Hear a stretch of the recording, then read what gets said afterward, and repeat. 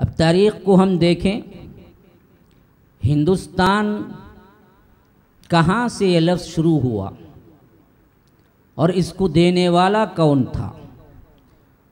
اور لطف کی بات یہ ہے کہ آج دراصل بعض شر پسندوں کا پھیلاوا ہوا یہ پروپیگنڈا بالکل کیا صحیح ہے کہ ہندوستان لفظ ہندو سے نکلا اور ہندوستان کا مطلب یہ ہوا کہ ہندو کی بستی یا ہندو راشٹر بنانے کے لیے یہ نام پہلے سے مقرر تھا۔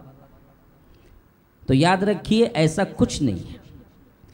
تاریخ سے جو ثبوت ہمیں ملتے ہیں وہ اس کے بالکل برعکس ہیں۔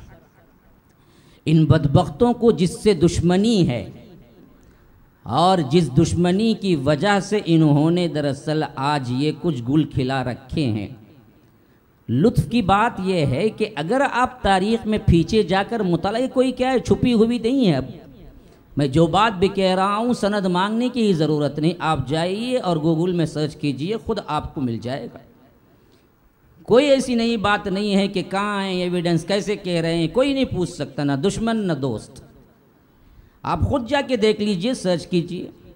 لفظ ہندوستان دینے والے ہند کا لفظ خود عرب ہے۔ اس سے پہلے کسی قوم نے اس ایریے کو ہند پکارا ہی نہیں تھا۔ جو ایریا آج ہمارے پاس بقیہ حصہ رہ گیا ہے، عربوں نے اس کو پکارا۔ اور کب پکارا؟ جب ان کے سفارتی اور ان کے تعلقات بزنس تجارتی بڑھے، اور یہ تقریباً یوں لگتا ہے کہ اللہ کے رسول صلی اللہ علیہ وسلم کے آنے سے بھی 600 سال پہلے ہند اور عرب کے اچھے تعلقات تھے، اور انہوں نے یہاں پر آنے کے لیے لفظ ہند کا استعمال کیا۔ اور یہ ہند کا استعمال جب فارسی کے زمانے میں شروع ہوا تو انہوں نے استھان بڑھا دیا۔ استھان کا مطلب ہے فارسی میں جگہ، خبرستان، خبروں کی جگہ، یہ فارسی الفاظ ہیں۔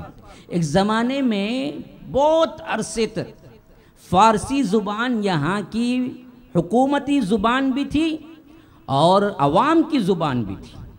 مغلیہ سلطنت کا پورا دور جو تقریباً 350 سال خالی مغلیہ سلطنت کا، حالانکہ اس سے پہلے لودھی خاندان تھا، خلجی خاندان تھا، سید خاندان تھا، تغلق خاندان تھا، اور سب سے پہلے جو آیا خاندان غلامان تھا۔ خاندان غلامان کا آخری خاندان جو یہاں پر رہا وہ لودھی خاندان تھا، اور لودھی خاندان کا آخری بادشاہ تھا ابراہیم لودھی، جس سے جنگ کر کے ظہیر الدین بابر نے یہاں پر مغلیہ سلطنت کو قائم کیا۔ جو پہلے تھا وہ بھی مسلمان تھا، جس سے جنگ کر کے مغلیہ سلطنت قائم ہوئی وہ بھی مسلمان تھا۔ ہاں، تو یہ دراصل فارسی لفظ استھان انہوں نے اس واسطے بڑھایا کہ یہاں پر انہوں نے صدیاں حکومت کی۔ ایک صدی کہتے ہیں 100 سال۔ تو آپ لفظ ہندوستان کو سمجھیے پہلے کہ اے ہندوستان فارسی کے زبان سے نکل کے بنا ہے، یہ ہندو نہیں ہے۔ جو یہاں لفظ ہندو ہم عقائد کے لحاظ سے مشرکین کو استعمال کرتے ہیں، وہ لفظ ہندو ہی نہیں ہے۔ یہ ہندو کا مطلب ہے یہاں کے دریائے سندھ کے کنارے رہنے والے لوگ۔ ہاں، اور لفظ ہند عربوں نے دیا، اور لفظ یہ سنسکرت سے بنا، اور استان فارسی نے لگایا، تو ان دونوں کے جوڑ سے ہندوستان بنا۔ اور ہندوستان کا مطلب یہ ہے کہ وہ لوگ جو کہ دریائے سندھ کے کنارے آباد ہیں۔ دریائے سندھ کے کنارے آباد رہنے والے اس وقت کے ممالک آج جو ٹکڑے ہو چکے ہیں، اس حیثیت سے ہندوستان، پاکستان پھر جا کے مشرقی اور مغربی بننے سے بنگلہ دیش بن گیا۔ لیکن پہلے یاد رکھیے جب 2 ٹکڑے ہوا تھا 1947 میں، اس وقت صرف 2 ہی ہوئے تھے، ایک ہندوستان ایک پاکستان۔ پھر اس کے بعد آگے چل کر کیا ہوا، 1971 میں بنگلہ دیش وجود میں آیا، پھر ان کے 2 ٹکڑے ہو گئے۔ ہندوستان ایک ہی رہا لیکن پاکستان کے 2 ٹکڑے ہو گئے۔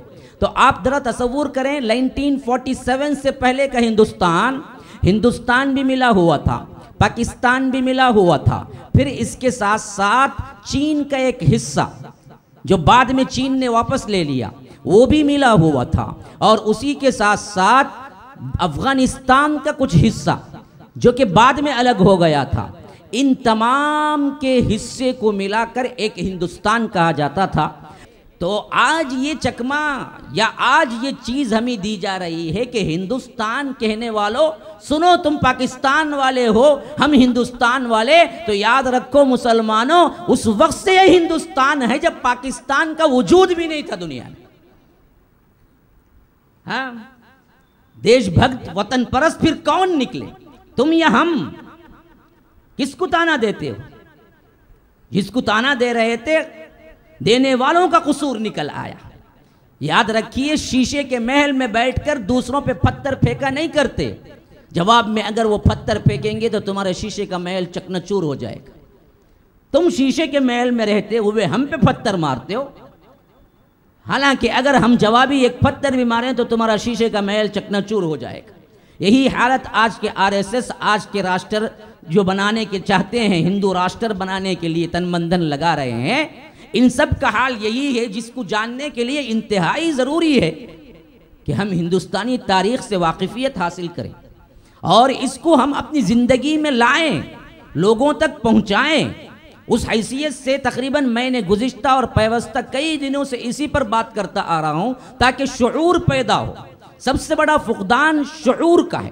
تو میں بتا رہا تھا کہ ہندوستان جو لفظ بنا ہے یہ ہم نے دیا ہے اور فارسی سے مل کے بنا ہے، اور ہندو عقائد رکھنے والے کو ہندوستان نہیں بلکہ ڈکشنری میننگ اور انسائکلوپیڈیا کے حساب سے ہندوستان سندھ کی جو سمندری علاقہ ہے، سندھ کے ساتھ اس کے پاس رہنے والے تمام لوگوں کو بولتا ہے۔